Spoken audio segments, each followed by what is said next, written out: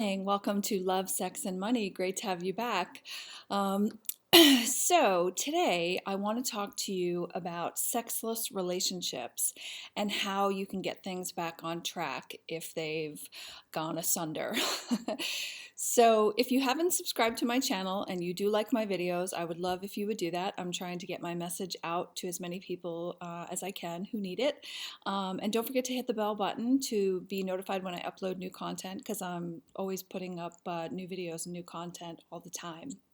Okay, so sexless relationships. So first, let's kind of define what a sexless relationship is because different people can kind of have different definitions, but essentially what they've decided is pretty much kind of the standard definition is that any couple that's having sex 10 or less times a year.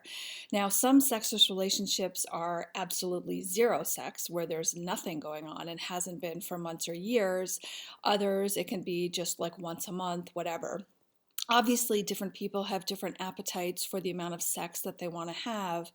But if you're in a relationship where your sexual needs are not being met because your sexual appetite is higher or stronger than your partner's, it can really cause a disconnect in the relationship.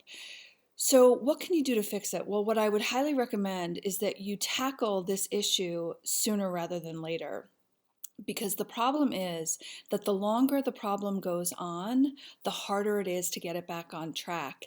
And the longer it goes on, the more feelings of anger, rage, and resentment can mount on the person who feels that the sex is being withheld from them, and feelings of guilt and shame can mount on the person who is withholding the sex for whatever reason that they're withholding it. So, it's really important to talk to your partner about this. Now, here's the thing. If some people say, like, should you stay in a sexless relationship?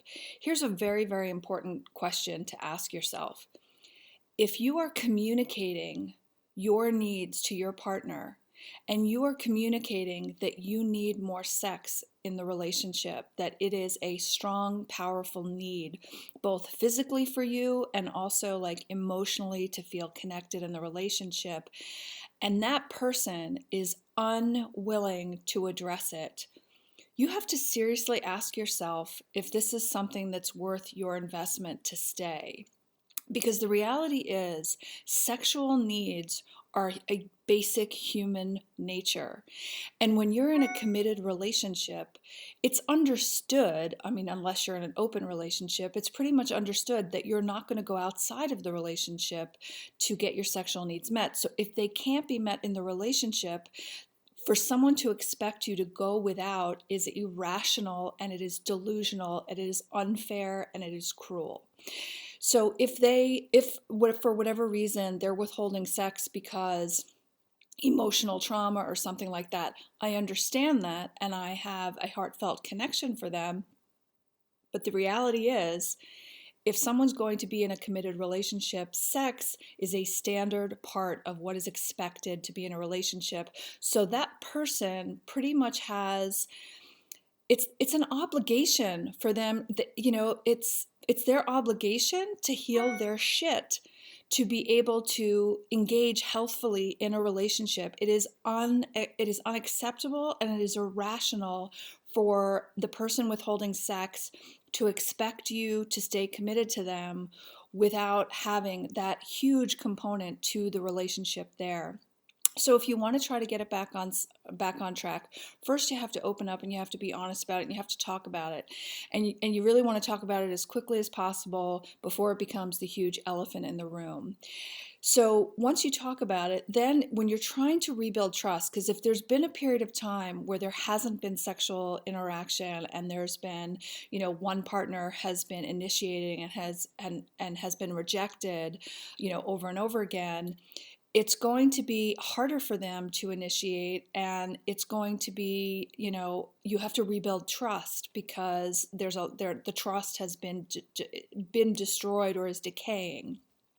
So how you do that is you really want to try to have like connected, before you engage in the sex act, what you really want to do is you really want to try a little tantric breathing, a little quiet time where you just put some music on and some candles.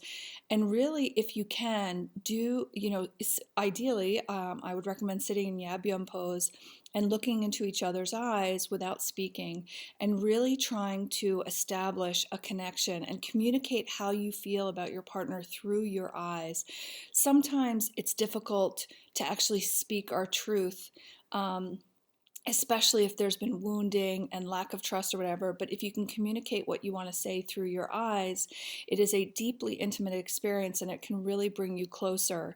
Things like that. Also, trying to plan special nights, like to pick a night where you'll stay at home, maybe have a beautiful dinner, candlelight music, really talking, connecting, and really connect at that heart level. If you can connect at the heart level, then going into the bedroom and opening up and trying to reestablish your sexual connection, it will be easier. It will be easier than if you just kind of walk in the bedroom and you're just trying to physically execute the act without reconnecting intimately in an emotionally bonding way. So, I just wanted to share those thoughts with you. You really need to speak your truth, and you really have to assess the situation to let these, I knew someone who had been in a relationship for 15 years and hadn't had sex, and it was, destroyed his self-worth. So it's really important to nip this in the bud. It's really important to speak your truth, and it's really important to get a dirt raw, real, honest answer from your partner about whether or not they have any intention of shifting that dynamic and getting the relationship back on track sexually. Because if they're not, you need to know that. You need to know if you're willing to go another 6 months, 1 year, 5 year, 10 years without having sex in your relationship. Sex is one of the most beautiful, sacred, spiritually connected experiences that you can have, and to be denied that in your relationship is quite cruel, and it's inhumane, and it's not something that you should put up with or have to be expected to put up with. So speak your truth, ask for what you need. Take the time to try to rebuild intimacy and get that the sex life back on track, because you deserve it and your relationship deserves it. And you need to decide if you're planning on staying, if your needs are not going to be met. That's an individual personal decision and something that everyone has to make for themselves. But you need to know what the real answer is. You need to get an honest answer out of your partner as to whether they have any intention whatsoever of shifting gears to get your sex life back on track, because you need to know that so that you can decide whether you're going to go without. All right. So I hope you have a beautiful day, and I look forward to speaking again soon. Thanks. Take care. Bye-bye.